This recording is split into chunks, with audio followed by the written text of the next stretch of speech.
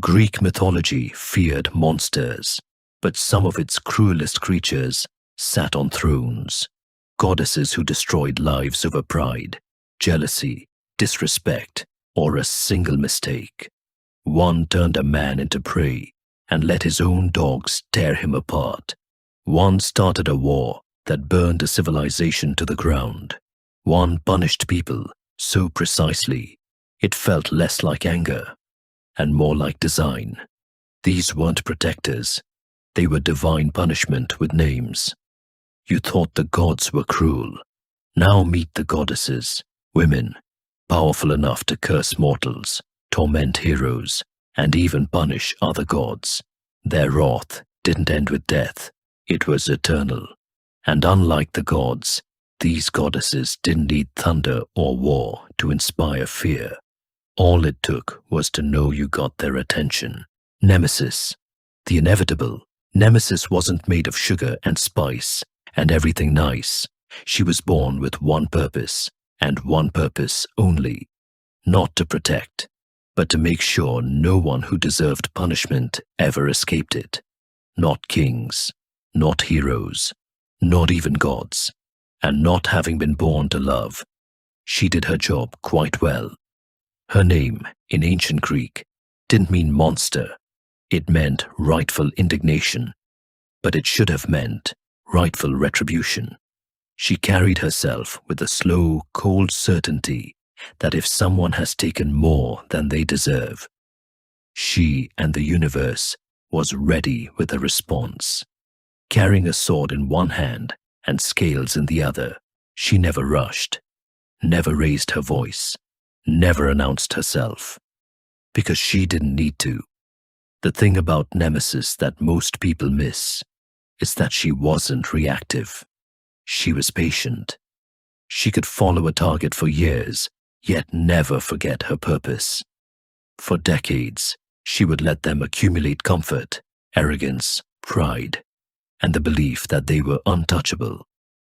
She wanted them completely settled before she moved, because the fall hits hardest when you never saw it coming. Careers collapse like this. Empires too. Her punishments were psychological, ironic, and devastating rather than purely violent. Her targets were, many times, destroyed by the very flaws that made them offend the gods. No one was safe from Nemesis' divine punishments. Not kings who conquered nations, not warriors who had been celebrated as legends, and not those who weaponized their beauty to offend the gods or hurt other mortals. Narcissus didn't stumble upon that pool. Nemesis led him there, deliberately, carefully.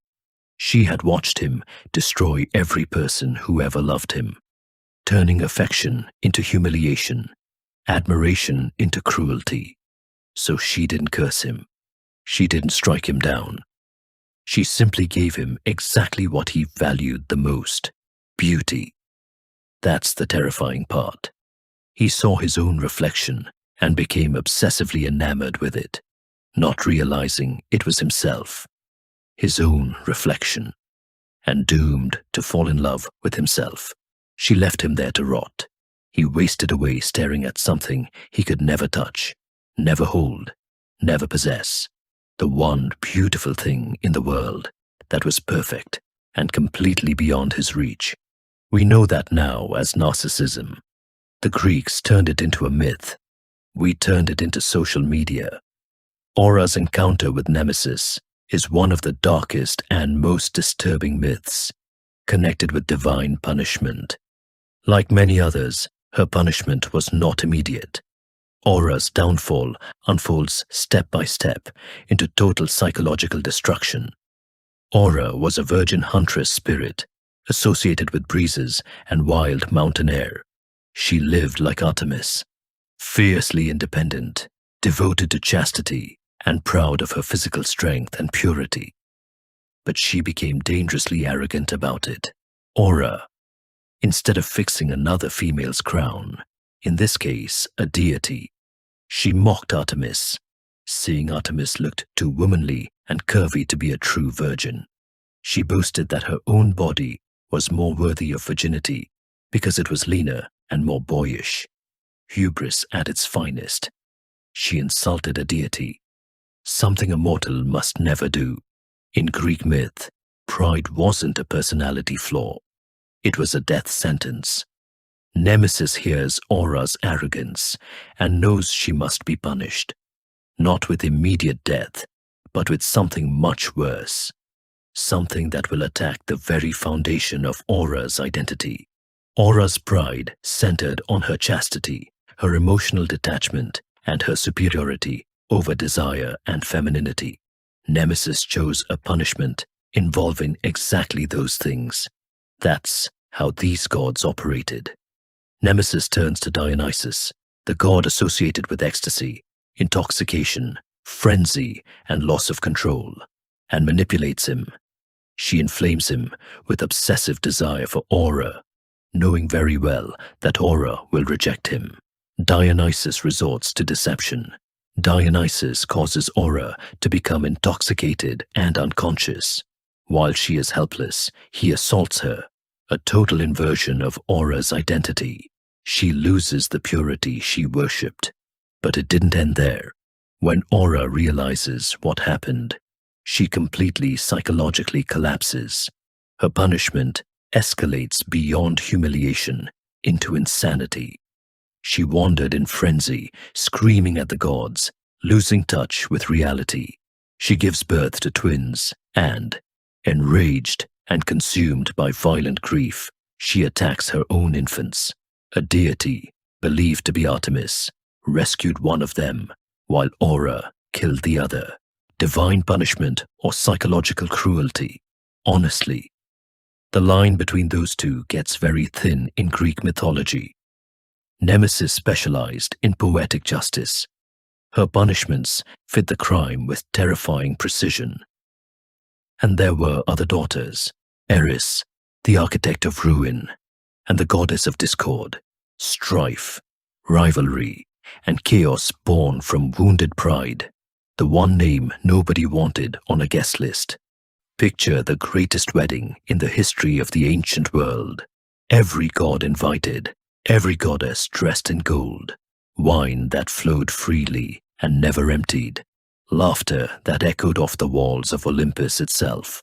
A celebration so perfect, it felt like the universe had briefly decided to be kind. And standing just outside the doors, uninvited, unwelcome, and completely unbothered, yet disrespected, was Eris, daughter of Zeus. They hadn't forgotten her. That's the part that's important to understand.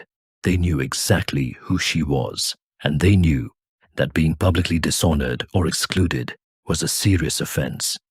Yet they still decided that a party without chaos can only happen if the party is without Eris. They were right. They just didn't understand what chaos does when you shut the door in its face. She didn't sulk, didn't weep, didn't rage. She didn't even pound her fists against the entrance, demanding to be let in. She reached into the dark, pulled out a single golden apple, and with the calm precision of someone who had already seen how this ends, rolled it through the doors. 3 words carved into its surface: for the fairest. Then she walked away, and civilization never recovered from it. She didn't need to stay. She already knew what was inside that room. Gods with infinite power and paper-thin egos.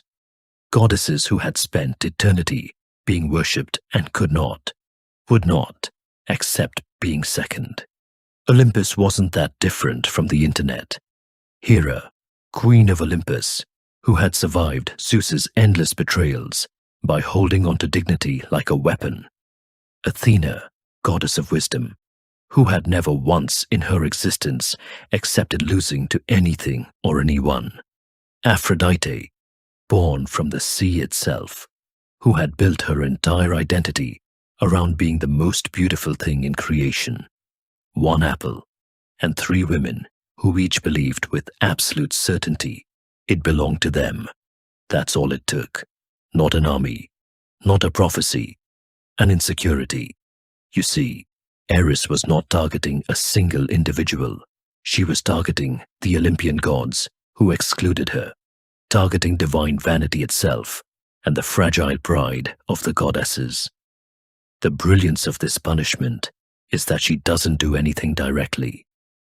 She simply introduces an emotional catalyst and lets everyone destroy themselves, which historically humans are very good at.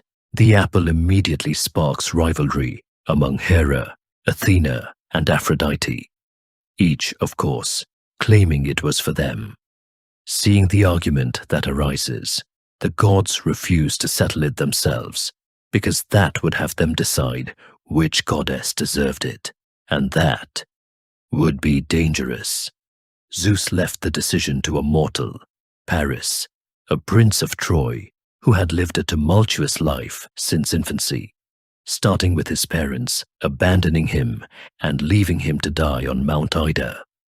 He miraculously survived by being nursed by a bear, and later, a humble shepherd named Artemis rescued him. Paris worked for Artemis as a herdsman, tending and caring for his sheep, to then become known for his beauty and bravery. He was able to return to royalty when he entered a local competition, defeating the royal princes of Troy. Paris became the judge, and like in all judging events, bribery took place. Each goddess offered him something. Hera offered power, Athena offered wisdom, Aphrodite offered him the most beautiful woman alive. He chose the most beautiful woman, Helen, and that's when Eris's punishment truly unfolds. Helen was already married to Menelaus, and he wasn't going to let Paris have her. He recruited warriors from all surrounding areas, and that's how the 10-year Battle of Troy began. Eris never personally set foot on the battlefield, not once. She didn't have to. From the moment that apple left Eris's hand, everything that happened was exactly how she intended. That is what makes Eris the most dangerous daughter Zeus ever produced. Not her power, not her fury, her absolute, unshakable understanding that you don't need to destroy something yourself. Just simply introduce the right idea and let human nature do the rest. Artemis, the forest that watches back. Artemis didn't ask for much. Goddess of the hunt, the moon, the wild places where civilization hadn't yet reached. She lived outside the politics of Olympus, outside the jealousies and the power games and the endless noise of gods who needed to be worshipped to feel whole. She didn't need any of that. She had the forest. She had the dark between the trees. She had a bow she never missed with, and a patience that made the night feel short. She had one rule, one boundary she drew with absolute clarity and enforced without exception, without appeal, and without mercy. Do not violate her sanctity. That was it, the entirety of her terms. Most creatures, mortal and immortal alike, understood this instinctively. There was something about Artemis that communicated it without words, the way the forest went quiet when she moved through it, the way animals that would tear each other apart in the wild simply stopped when she was near. Even the gods gave her space. Even Zeus, her father, did not push her. There was a stillness around Artemis that wasn't peace. It was warning. And every living thing except Actaeon understood it. Actaeon missed it entirely. He was a hunter, celebrated, skilled, the kind of man whose confidence had never once been challenged by the wilderness, because the wilderness had always yielded to him. His wrongdoing, he followed his hounds into terrain he didn't recognize, deeper than he should have gone, into a part of the forest that felt different, older, quieter in a way that wasn't natural. He should have turned back. Everything around him was telling him to turn back. Everything told him to stop. He didn't. He pushed through a curtain of hanging branches and found himself at the edge of a hidden grotto, a sacred pool carved by time itself, where the water was so still it looked like a mirror laid flat on the earth, and there was Artemis. Their eyes met. 1 second, maybe less. In that fraction of a moment, Actaeon had a choice. Every nerve in his body should have been screaming the same thing. Look away, back up, disappear into the trees, and never speak of this to anyone. He didn't look away. Artemis didn't raise her voice. She didn't reach for her bow. She didn't give him a warning or a chance to explain, or a moment to beg. She simply raised her hand, and the transformation began. Bones cracking, spine curving, hands dissolving into hooves against the dirt. The last human thought Actaeon ever had was dissolving before he could finish it. And then there was only the stag, standing confused and trembling at the edge of the pool, in the body of prey, wearing the eyes of a man who still understood exactly what had just happened to him. His dogs found him within minutes, the same animals that had slept at his feet, eaten from his hand, followed him loyally through 100 hunts, caught his scent, and saw only one thing: something to chase, something to bring down. The forest that had always been his domain became the last thing he ever saw. Hunters rarely imagined becoming prey, and when it was over, when the dogs had finished and the grotto fell silent again, Artemis returned to the pool. The water was still. The sacred space was unbroken. She did not look at what remained of Actaeon. There was nothing left worth looking at. This is what people misunderstand about Artemis. They frame her punishment as anger, as overreaction, as a goddess who couldn't take an accident. But Artemis was never angry.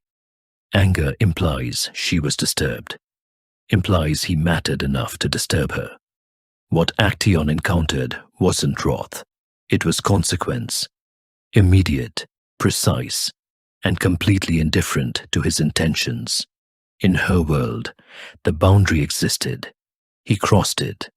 What happened next was simply the natural order of things reasserting itself.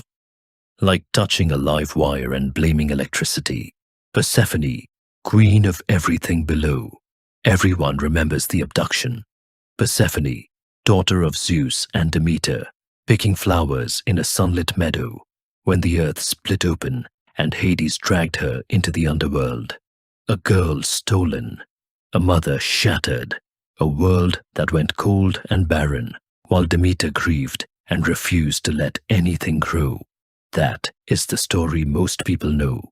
That is the version that frames Persephone as a victim. What that version leaves out is everything that happened after. Because the girl who was taken into the underworld and the woman who eventually ruled it were not the same person. Survival changed her. Power completed her. Somewhere in the darkness, something shifted. Persephone looked around at the kingdom of the dead, at the endless rivers of lost souls, at the shadows that stretched in every direction without end. And instead of breaking, she adapted.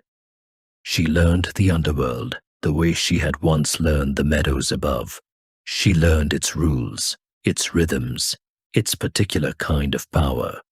And when Hades sat on his throne as king, Persephone sat beside him as queen, not as a prisoner, as a ruler. The souls that arrived in the underworld didn't answer to Hades alone.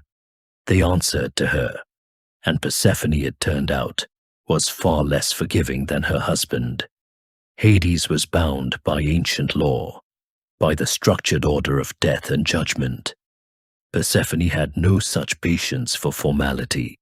When Minthi, a river nymph, made the catastrophic decision to pursue Hades, to boast openly that she was more beautiful than the queen of the dead, more deserving of his attention.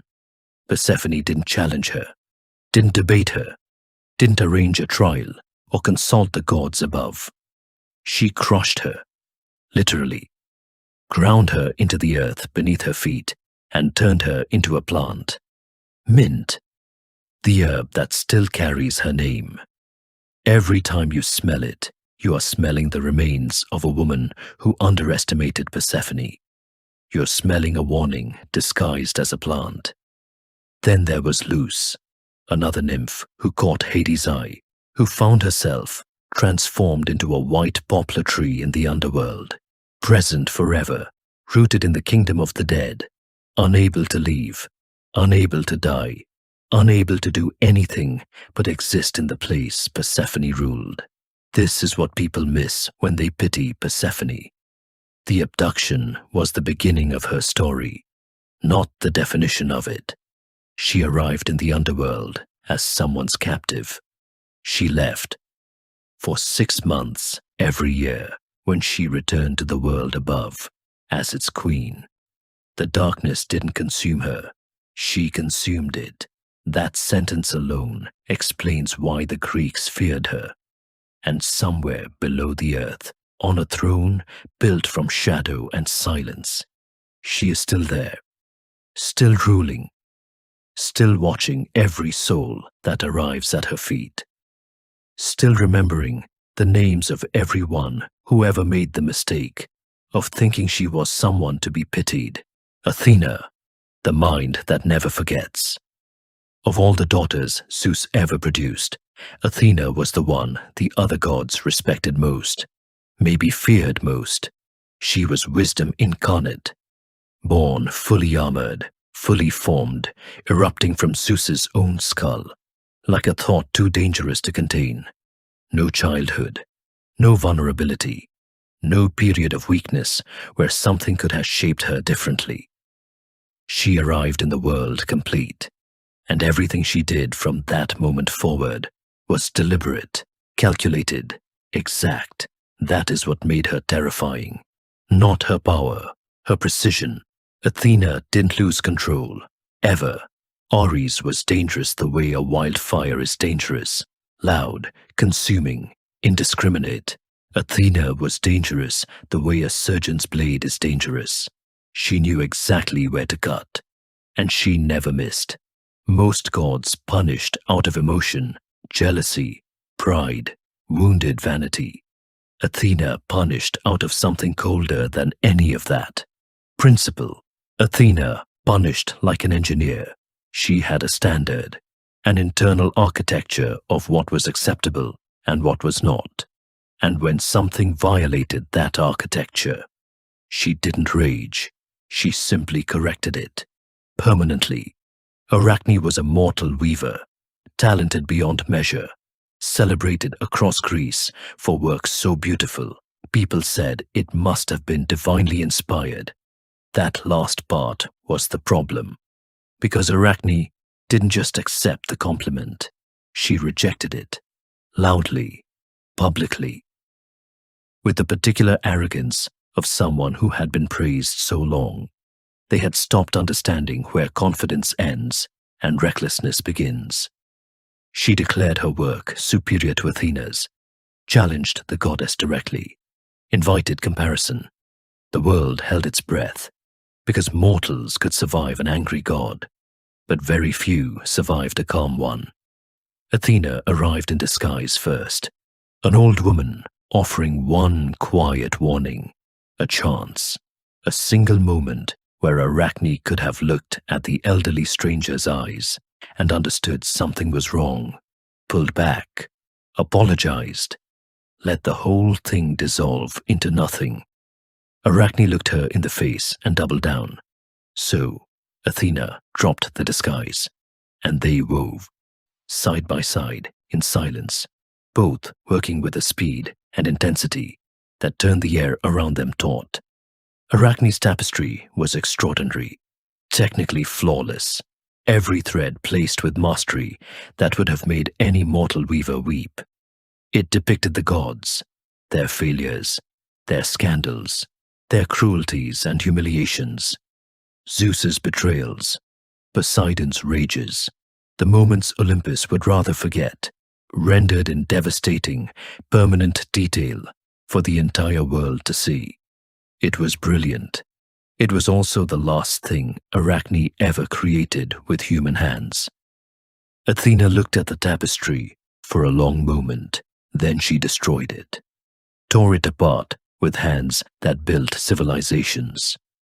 And then she turned to Arachne, and the punishment she delivered was so precise, it could only have come from a mind that had already considered every possible option and chosen the one that fit most perfectly. She didn't kill her. Death would have been too simple, too final. Instead, she let Arachne live, transformed into a spider, condemned to weave for eternity, never able to stop, never able to create anything that would last, never able to show the world what she was capable of in any form a human would ever admire. The craft remained. The recognition was gone forever. Imagine being brilliant and invisible. Every spiderweb you have ever seen, glistening in the morning dark, intricate and perfect, and utterly ignored. That is Arachne's punishment still unfolding, still running, thousands of years later. Athena didn't just punish her. She designed a sentence that would outlast every civilization that ever worshipped her name. That is the difference between Athena and every other daughter on this list. Nemesis followed. Eris manipulated. Artemis reacted. Persephone adapted. Athena planned, which is sometimes far more frightening than rage.